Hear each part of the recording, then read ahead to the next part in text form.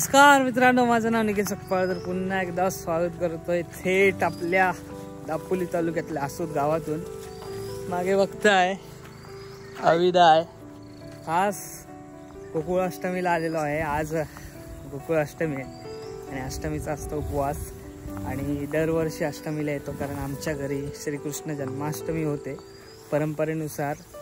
आता आजोबा पहिले उपवास पकडायचे, पूजा करायची. आता ती परंपरा आमच्या हाती दिलेली आहे, जबाबदारी दिलेली आहे. आणि ती परंपरा चालवणं हे आपल्या हातात असतो, टिकवणं आपल्या हातात असतो. खास करून मुंबईतनं आलेलो आहे, खांडीचा आस्वाद घेतोय. अविदा, पाऊस आहे गावाला, गोविंद्याला बरा आहे. चला आता घरी जातो. आलो आम्ही ट्रेननी, 4:30लाच उतरलो. आता 7:45 झालेत आसूदला येईपर्यंत. एसट्या भेटेपर्यंत खूप वेळ लागतो. काय बघतोयस? जरा भारी वाटतंय ना. पण दुसरा वर्ष आहे ना तुझा गोविंदा अनुभवायचा? दुसरा वर्ष आहे. एक वर्ष अगोदर आलो, म्हणजे 2 वर्ष अगोदर आलेलो. एक मध्ये गॅप झालाय, परत आलेला. भारी असतो दापोलीतला गोविंदा, म्हणजे मजा येते. हा, गोविंदा दापोलीतला गोविंदा म्हणजे इकडे खालू भाज्या, सनई, टिमकी, ढोल, मजा. आणि तो ताल बघा तुम्ही. आज रात्री फ्रेश वगैरे झालेलो आहे. कुलदेवीची पूजा सुद्धा झालेली आहे. आता दुपारी वाजलेला आहे 1. थोडं झोपलो आम्ही 11 वाजेपर्यंत आणि आता फ्रेश वगैरे झालो आहे. बरं वाटतंय, म्हणजे आमच्या शरीराची चार्जिंग झाली आहे. इकडे आविदा बसलाय. हा, तर आज उपवास आहे आणि संध्याकाळी इथे बघाल तर माहोल असेल, ती वेगळीच तयारी असते जन्माष्टमीची. इकडं आईची जेवणाची तयारी चालली. आई काय आज उपवास कोणाकोणाचा आहे? माझा, आप्पाचा आणि तुझा. सध्या आता आमच्याला जेवायला देतात. ए मनी, दहीहंडीला पाऊस गडबड करणार आहे. सरीचा पाऊस आहे, कसला येतो जोऱ्यात, आणि जोऱ्यातच जातो.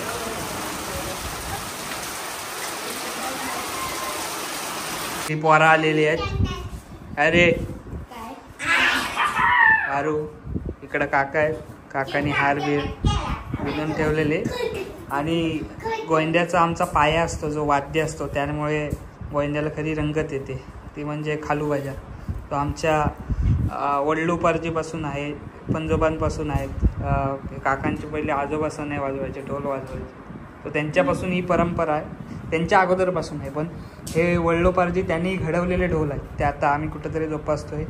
टिमकी आहे इकडे सनईसुद्धा आहे, सनई आहे. तर असं आहे. एक आजोबा मुंबईला आहेत, ते आजारी असल्यामुळे आता 2-3 वर्ष जास्त त्यांना गावाला येणं जाणं येत नाही. आणि दुसरे आजोबा स्वर्गवासी झाले आहे बघा. सो आम्ही त्यांनी दिलेली ही परंपरा आहे, ती अजूनसुद्धा जपतोय. इकडे हार वगैरे विणून झालेले आहेत.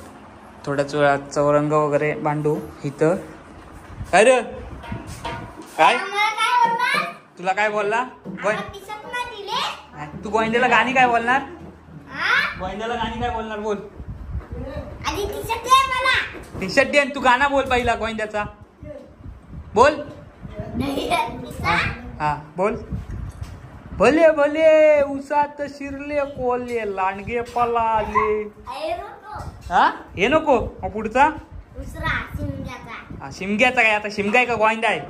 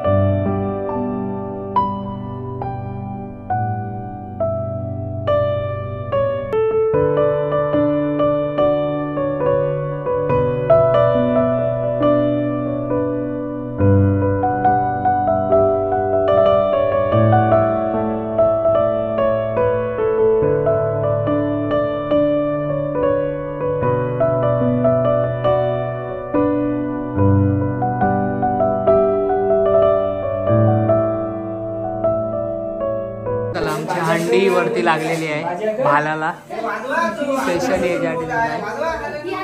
आता खालू बाजा वाजवायचा आहे. शेट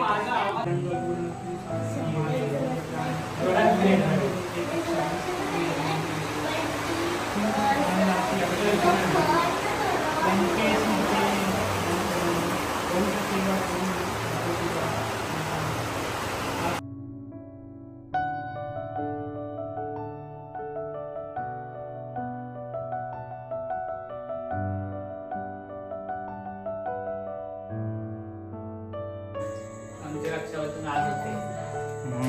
दरवर्षी आज होते.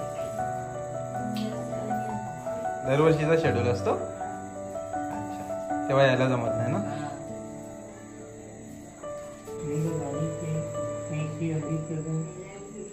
पाऊस पडतोय, लाईट गेलेली आहे आणि बघा पावसात लय बेकार पाऊस आहे भरपूर, आणि त्यात लाईट गेली तर इथं पोटी वाजते.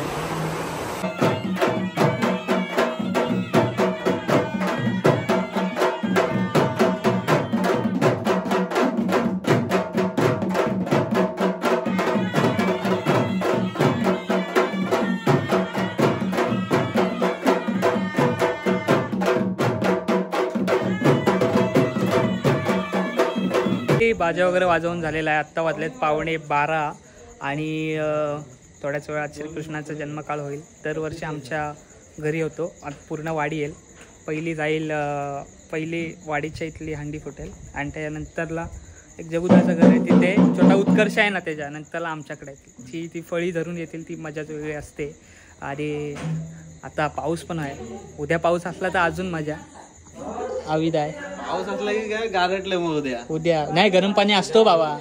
गरम पाणी असतं. येऊन जाऊन आमचे भावकी आलेले आहे. जमले आमची सकपाल परिवार, जाधव परिवार. थोड्या वेळात आता चालू होईल. निवासी पद्म सेवी पादवासी वनजाती पालना त्याची गुरुदेव श्री कृष्ण कथा मुक्तमाला श्री कृष्ण धन्य गोकुळा गोकुळी शांती. बाळकृष्ण महाराज की जय.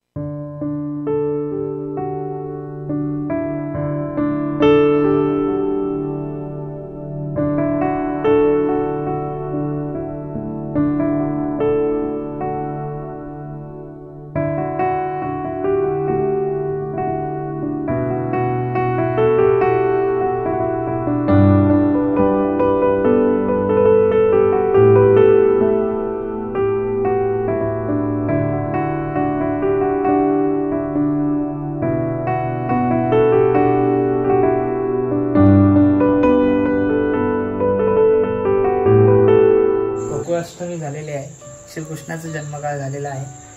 आता वाजले 1:30. थोडं थकलेलो आहोत कारण जागरण वगैरे होतं. मजा आली. हा दुसरा वर्ष आहे ना तुझा? गेल्या वर्षी नव्हता आला, त्याच्या गेल्या वर्षी आलेला. धमाल आली. हा आणि पोरं वगैरे एकत्र येतात तर मजा येते. आणि ढोल टिमकी सनेबद्दल काय बोलतो? एक नंबर. आता निखिल पण चांगली वाजवायला. ऍक्च्युली जरा प्रॅक्टिस कर, मग अजून भारी. हो, कधी आज एका वर्षाने एक टास्क आहे. कारण ढोल ताशे जर कसं तरी हळूहळू शिकायला पडतं. हे एकदम काय बोलतात, एनर्जी पाहिजे. आणि सनई शिकणं खूप हार्ड आहे आणि तुटकी मुटकी वाजवायची. काय होतं माहितीये का, बऱ्याच ठिकाणी म्हणजे आमच्याकडे पण पहिल्या सनई वगैरे होत्या, पण ती जी पिढी गेली त्याच्यानंतर सनई गायबच झाली. आता आमच्याकडे सनई नाहीये. नाही तेच म्हणजे शिकणं गरजेचं आहे ऍक्च्युली त्या गोष्टी. मी का म्हणजे मला मी का बोललो माहितीये का सनई, कारण आता ते काका शिकतात, चांगले वाजवतात, पण ते माणसाचा कालावधी असतो ना, मग ती कला कोण शिकणार. आणि सनईशिवाय मग तो काल राहत नाही. तो यावर्षी थोडासा म्हणजे येते 50% येते म्हणू शकतो. गेल्या वर्षी 20% येत होता. बऱ्यापैकी येते. म्हणजे पुढच्या वेळेस अजून चांगले. हो, आता डायरेक्ट पुढच्या दहीहंडीला घेणार. उद्या बघू, परत थोडंसं वाजवू. पण आजची व्हिडिओ तुम्हाला कशी वाटली? आणि मेन म्हणजे खालूबाजा हा रायगड आणि रत्नागिरीचा अर्धे जिल्ह्यामध्ये, म्हणजे रत्नागिरीचा दापोली, मंडणगड, गुहागरच्या अर्धा तालुक्यामध्ये. त्याच्या पुढे ढोल ताशा वेगळा वाद्य येतो. खालूबाजा वेगळा, यांच्याकडे वेगळा वाद्य आहे. प्रत्येकाचा वाद्याचे प्रकार वेगवेगळे आहेत, पण चांगले आहेत. सो आजची व्हिडिओ तुम्हाला कशी वाटली आवर्जून कळवा. चॅनलवर नवीन असाल तर सबस्क्राईब करा. परंपरा जोपासतोय अशीच नवीन पिढीने सुद्धा जोपासली गेली पाहिजे. भेटूया पुन्हा एकदा असं कुठं नवीन व्हिडिओ होतो. पण टाटा, आंब्याचा पुढच्या व्हिडिओमध्ये भेटा.